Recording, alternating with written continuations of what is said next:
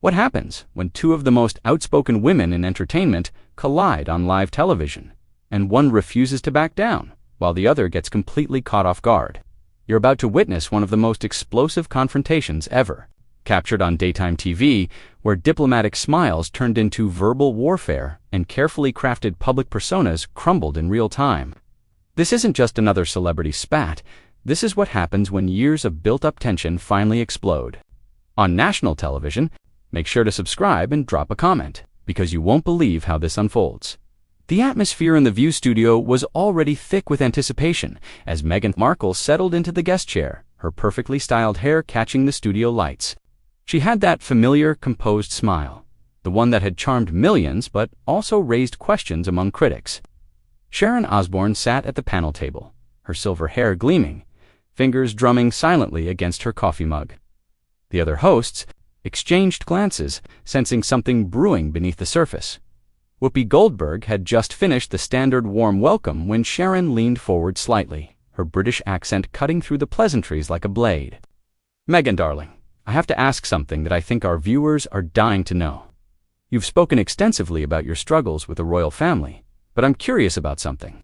When you sat down with Oprah and made those very serious allegations, did you ever consider the impact those words would have on an elderly woman who had just lost her husband?" The question hung in the air like smoke.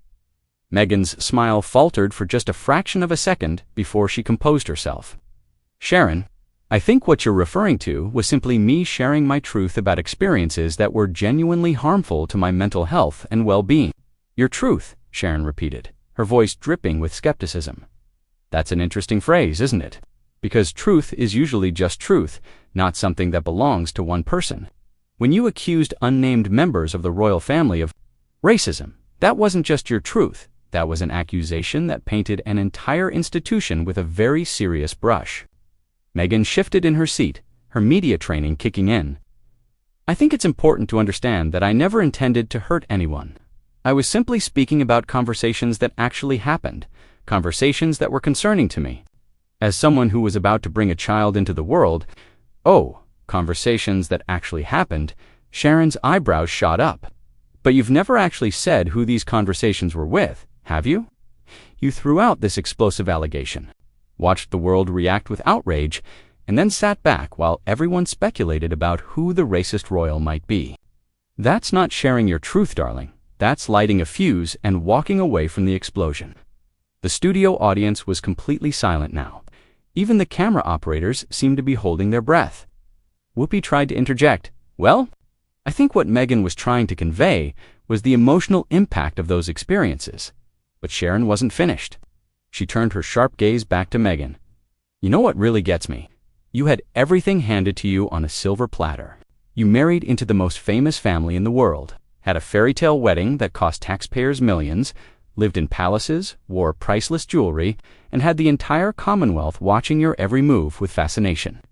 And somehow, you managed to turn all of that into a victim narrative." Meghan's composure was beginning to crack. "Sharon, I don't think you understand what it's like to be isolated, to have your passport taken away, to be told you can't seek mental health treatment. When you're genuinely struggling, isolated." Sharon's voice rose slightly. "You had staff waiting on you, hand and foot. You had more luxury than most people could dream of in 10 lifetimes. And you're telling me you were isolated? Do you know what isolation looks like for regular people? It looks like working 3 jobs to pay rent, not having a security detail, and a palace suite." "This isn't about luxury," Meghan protested, her voice getting defensive. "This is about basic human dignity and being treated with respect." Sharon laughed, but there was no humor in it. "Human dignity? You mean like the dignity you showed the Queen when you scheduled that Oprah interview to air while Prince Philip was literally on his deathbed?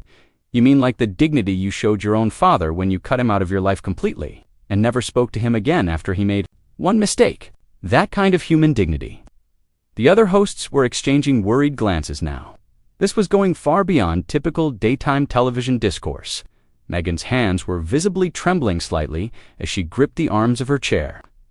"My relationship with my father is complicated, and I don't think it's fair to reduce it to one mistake," Meghan said. But her voice lacked its earlier confidence. "Complicated," Sharon repeated mockingly. Everything is complicated when you're the one being held accountable, isn't it? But when you're pointing fingers at others, when you're making accusations about racism and neglect, suddenly everything is black and white. Your father, who worked his entire life and literally won a lottery ticket so he could afford to give you the best education money could buy, made the mistake of talking to tabloid photographers, and you wrote him off completely. But somehow, the royal family, who welcomed you with open arms, gave you a platform and made you one of the most famous women in the world. They're the villains in your story. Meghan was clearly struggling now. You don't know the full story about my father, and you certainly don't know what it was like for me inside that institution, don't I? Sharon's voice was getting sharper with each exchange.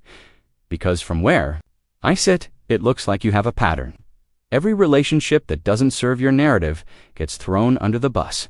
Your father, your half-sister, your former friends, your royal in-laws, even your husband's family who raised him. Everyone else is always the problem, but somehow you're always the victim. Do you see the pattern there, Meghan? The tension in the studio was now palpable. Cameras were capturing every micro-expression, every shift in body language. This was no longer an interview.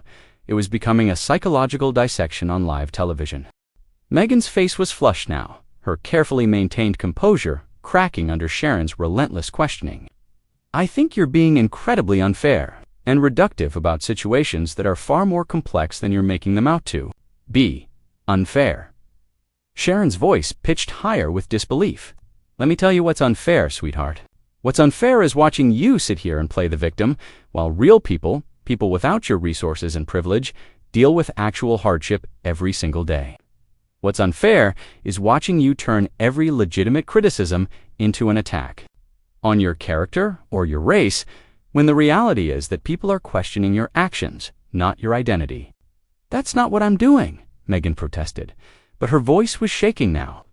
When people make racist comments or treat you differently because of who you are, that's not playing the victim, that's calling out discrimination. Sharon leaned forward, her eyes blazing. Show me the racist comments from the royal family. Show me one quote, one documented instance where anyone in that family said anything racist about you. Because what I heard in that Oprah interview was a lot of vague insinuations and unnamed accusations, but I didn't hear any actual evidence. The conversations about my son's skin color were very real and very concerning, Meghan insisted, her media training clearly failing her now. Were they, though? Sharon shot back immediately. Because even Oprah had to clarify later that you told her it wasn't the Queen or Prince Philip who made those comments. So who was it then? And what exactly was said? Because wondering about what a baby might look like is pretty normal human curiosity. My own grandchildren are mixed race, and trust me, we've all wondered and talked about what they might look like. That's not racism, that's family conversation. Meghan looked genuinely stunned by this response. I think the context and the way it was said made it problematic. The context you've never actually explained to anyone, Sharon pressed on mercilessly. You made an explosive accusation that damaged reputations and relationships, but you've never provided any actual details that would allow people to judge for themselves, whether this was innocent family curiosity or genuine racism. Seeking justice, that's character assassination. Joy Behar tried to step in. I think maybe we should consider that Meghan's experience might be different from yours, Sharon. But Sharon wasn't having it. Different how? Because she's American? Because she's mixed race? Because she's an actress? I'm sorry, but experience doesn't give you the right to make serious accusations without backing them up with facts. And it certainly doesn't give you the right to destroy relationships and reputations based on your interpretation of private conversations. Meghan was visibly struggling now, her hands fidgeting with her jewelry. I never wanted to destroy anything. I was just trying to protect my mental health and my family. Protect your family. Sharon's laugh was sharp and bitter. By publicly humiliating your husband's grandmother on international television. By airing private family business that embarrassed people who couldn't defend themselves publicly. By creating a media storm that followed them for months during one of the most difficult periods of their lives. That's how you protect your family. Harry supported my decision to do that interview, Meghan said weakly. Did he, though? Sharon's eyes narrowed. Or did he support you? Because that's what husbands do, even when they know their wives are making a mistake.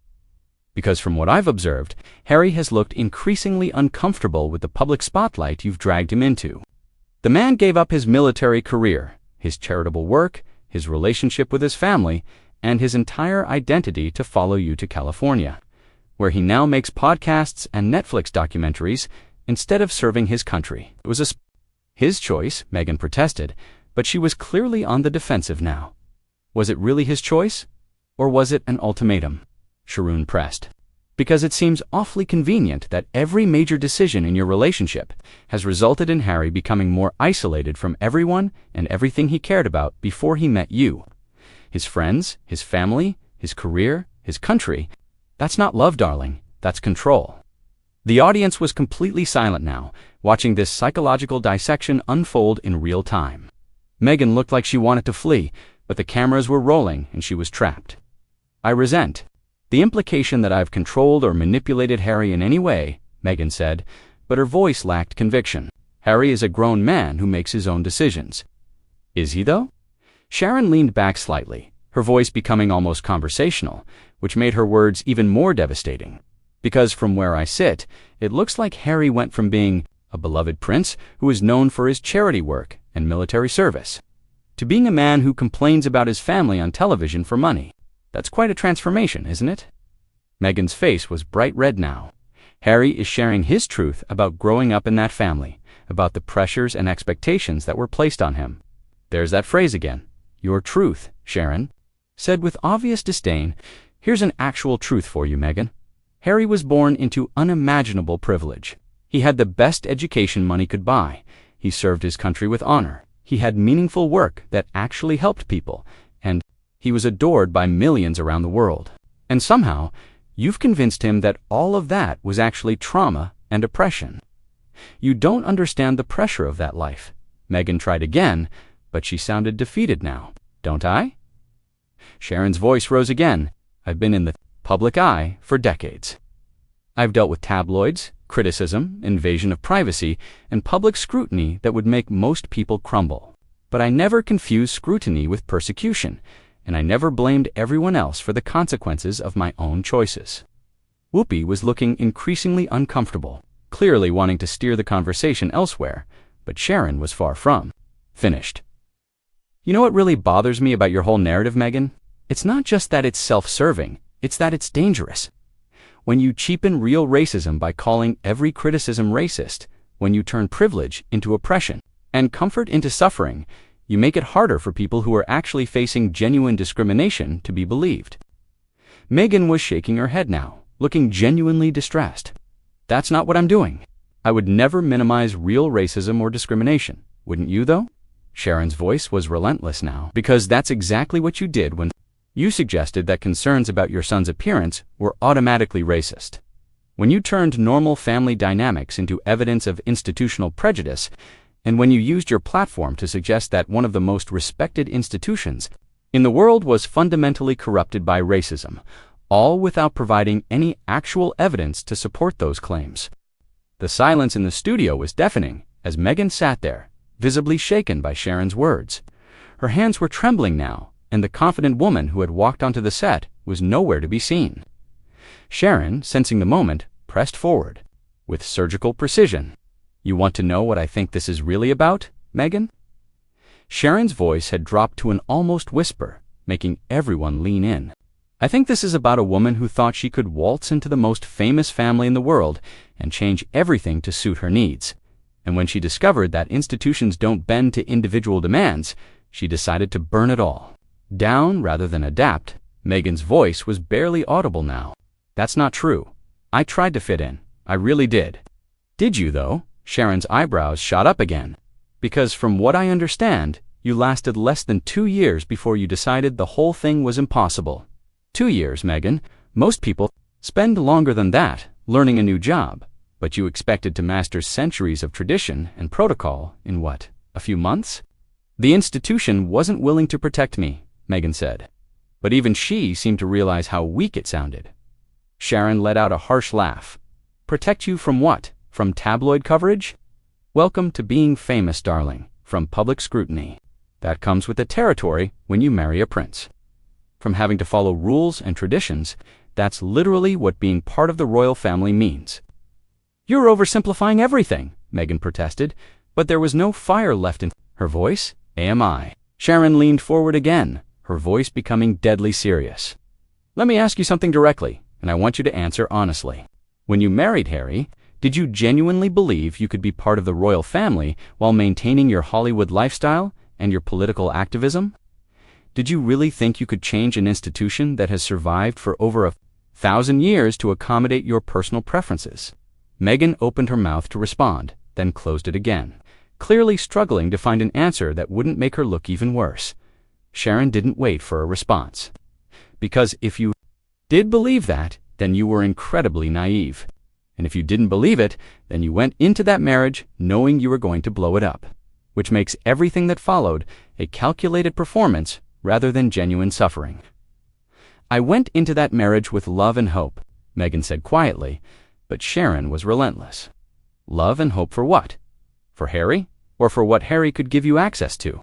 Because looking at your actions, it seems like you loved the idea of being a princess right up until you realized that being a princess actually requires sacrifice and service, not just photo opportunities and designer gowns. The other hosts were looking increasingly uncomfortable, but the audience was completely captivated.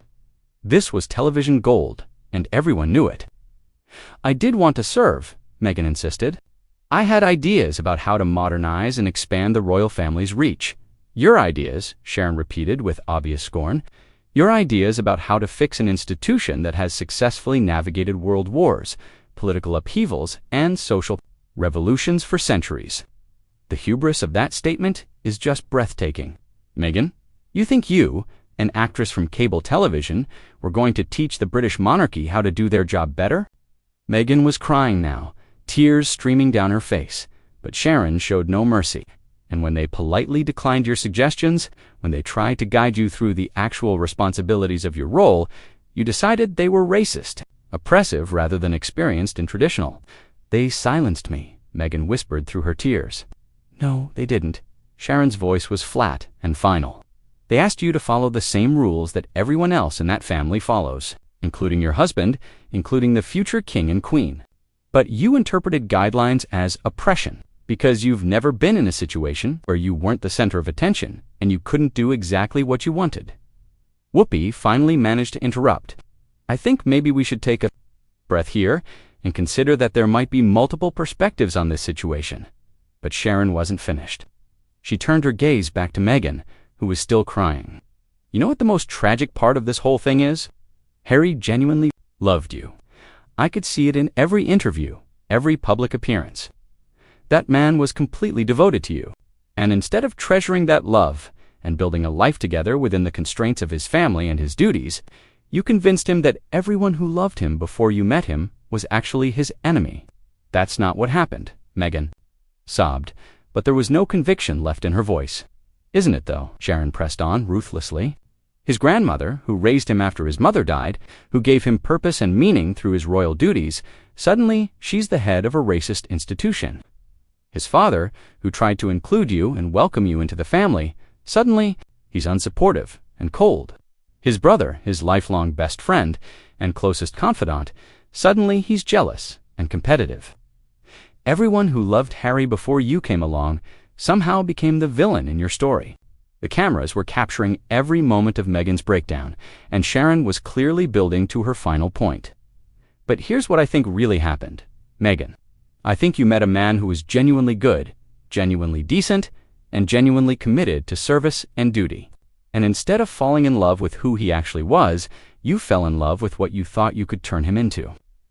You saw a prince and thought you could make him into your personal activist and celebrity lifestyle accessory.